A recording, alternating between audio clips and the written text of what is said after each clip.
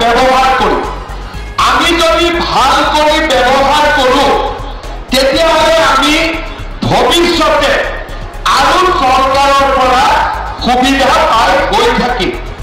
এতিয়া ভাল কৰি ব্যৱহাৰ কৰাৰ বাবে আমি কি বুজো প্ৰথম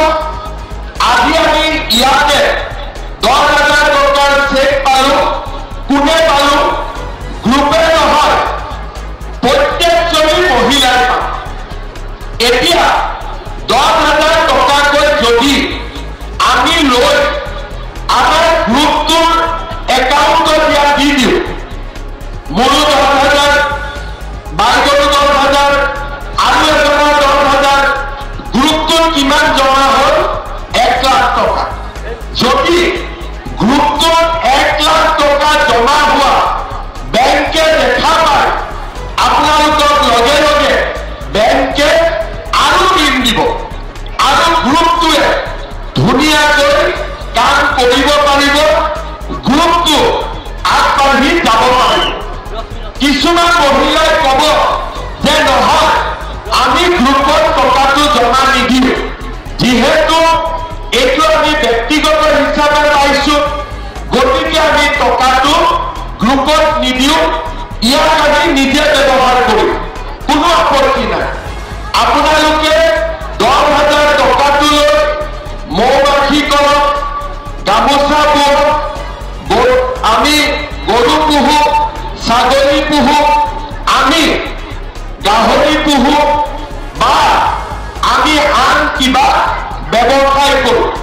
আমাৰ কোনো আপত্তি নাই দ্বিতীয়তে যে মোৰ হাজবেণ্ডৰ বা মোৰ স্বামীৰ এটা সৰু ব্যৱসায় আছে গাঁৱত এখন দোকান দিয়ে বা তেওঁ আন কিবা ব্যৱসায় কৰে আৰু মই স্বামীৰ ব্যৱসায় 10,000 টকাটো দি দিম আমাৰ কোনো আপত্তি নাই বহুতে কয় যে মহিলা কিয় দিয়ে কিন্তু মহিলা দিলে আটাইতকৈ লাভ কাৰ হয় স্বামীৰ আটাইতকৈ বেছি লাভ হয় কালি আমি মহিলাসকলক 12,500কৈ টকা দিছোঁ মহিলাসকলে বেংকৰ পৰা টকাটো উঠাই হোটেলত চাহ খাব নাযায় কিন্তু আমি যদি হাজবেণ্ডসকলৰ একাউণ্টত দিলোহেঁতেন 12,500 টকা 900 টকাহে ঘৰত গ'লহেঁতেন হয় নে নহয় কিন্তু মহিলাসকলে এটকাও বেলেগ কামত খৰচ নকৰে গোটেই 12,500 টকাই ঘৰৰ কামত ব্যৱহাৰ কৰে মই বিচাৰ কৈছোঁ নে সঁচা কৈছোঁ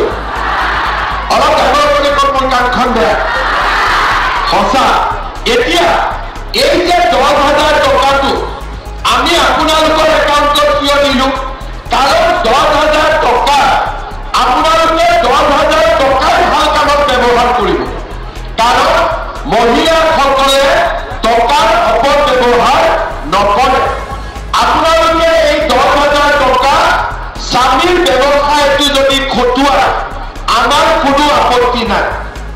4-5 মাহ পিছত আমি আপোনালোকৰ ওচৰলৈকে আকৌ আহিম আৰু এই 10,000 টকাটো ক'ত খৰচ কৰিলে আমি এখন লিষ্ট বনাম যিসকল মহিলাই এই 10,000 টকাটো ভাল কৰি ব্যৱহাৰ কৰিব অহা বছৰ আমি তেওঁলোকক চৰকাৰৰ পৰা আৰু 25,000 টকাকৈ আমি আপোনালোকৰ একাউণ্টত দিম লাগিব নে নাই 25,000 টকাটো কাক কাক নালাগে হাত টানক বাইদেউ নালাগে আচ্ছা আৰু কাক কাক নালাগে চবকে লাগিব কাক কাক লাগিব হাত টানক এইবাৰ আচ্ছা চবকে লাগিব মোৰতো বহুত টকা যাব এতিয়া আপোনালোকৰ 10,000 টকাকৈ দিওঁতে মোৰ 4,000 কোটি টকা গৈছে কিমান টকা গৈছে 4,000 কোটি টকা 40 লাখত 10,000 দি পূৰণ কৰিব 4,000 কোটি টকা ওলাব আৰু 25,000 টকাকৈ যেতিয়া দিম তেতিয়া এই টকাখিনিয়ে প্ৰায় 10,500 কোটি টকা লাগিব কিন্তু আপোনালোকক আমি 25,000 টকাটো দিম আৰু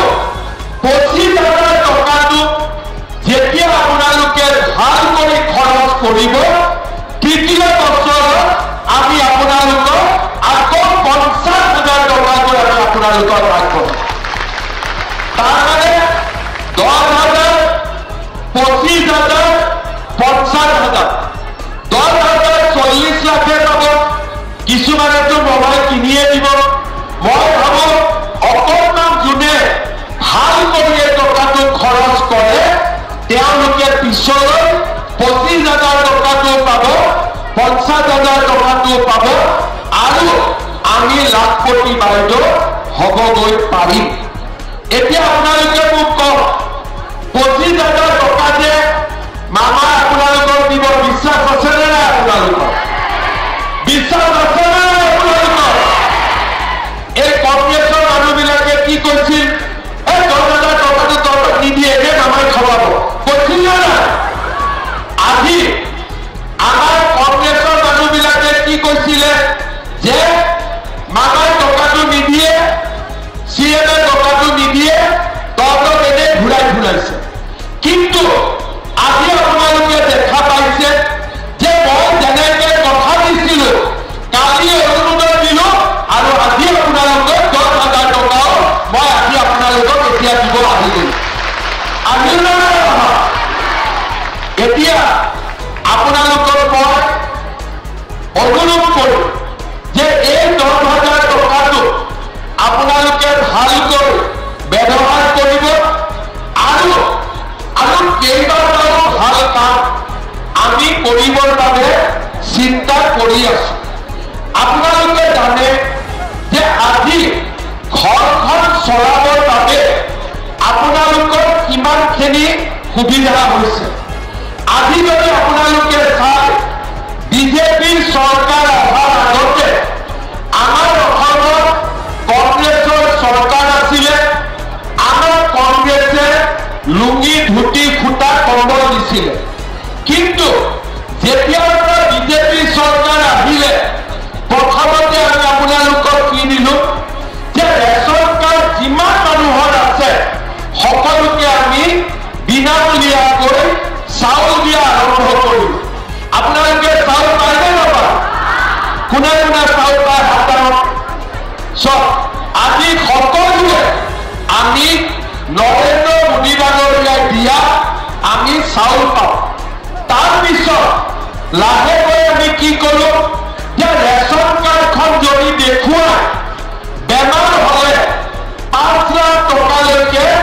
আমি বছৰি ট্ৰিটমেণ্ট পাওঁ তাৰমানে বেমাৰ আজাৰৰ চিন্তাটো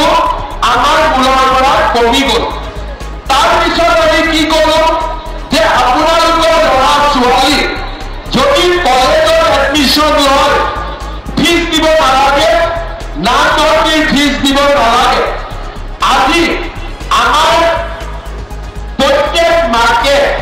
মেট্ৰিক পাছ কৰিলে ল'ৰা ছোৱালী স্কুলত আৰু কলেজত এডমিশ্যন দিব পৰা হ'ল তাৰপিছত আমি কি কৰোঁ যে ঘৰৰ পৰা স্কুললৈ অহা যোৱা কৰিবৰ বাবে আমি আপোনালোকৰ ল'ৰা ছোৱালীক এখনকৈ চাইকেল দিলোঁ তাৰপিছত আমি কি কৰিলোঁ যে আপোনালোকৰ ছোৱালী যদি কলেজত পঢ়ে হায়াৰ ছেকেণ্ডাৰীত পঢ়ে ইউনিভাৰ্চিটিত পঢ়ে আমি মাহত 1,200 টকা 2,400 টকা আমি দিম আপোনালোকে চিন্তা কৰিব নালাগে ঘৰখন যাতে ভাল কৰি চলিব পাৰে তাৰ বাবে 1,250 টকাকৈ আমি মাহত মহিলাসকলক দিয়া আমি আৰম্ভ কৰিলোঁ আজি আমি মহিলাসকলক 10,000 টকাকৈ দিছোঁ ব্যৱসায় কৰিবৰ বাবে আৰু 1 নৱেম্বৰৰ পৰা আমি আপোনালোকক চাউলৰ লগতে দালি নিমখ আৰু চেনিও আমি আপোনালোকৰ ৰেচনৰ দোকানত কম দামতকৈ দিয়া আমি আৰম্ভ কৰিম আপোনালোকে কম দামত চেনিও পাব দালিও পাব আৰু নিমখো পাব যদি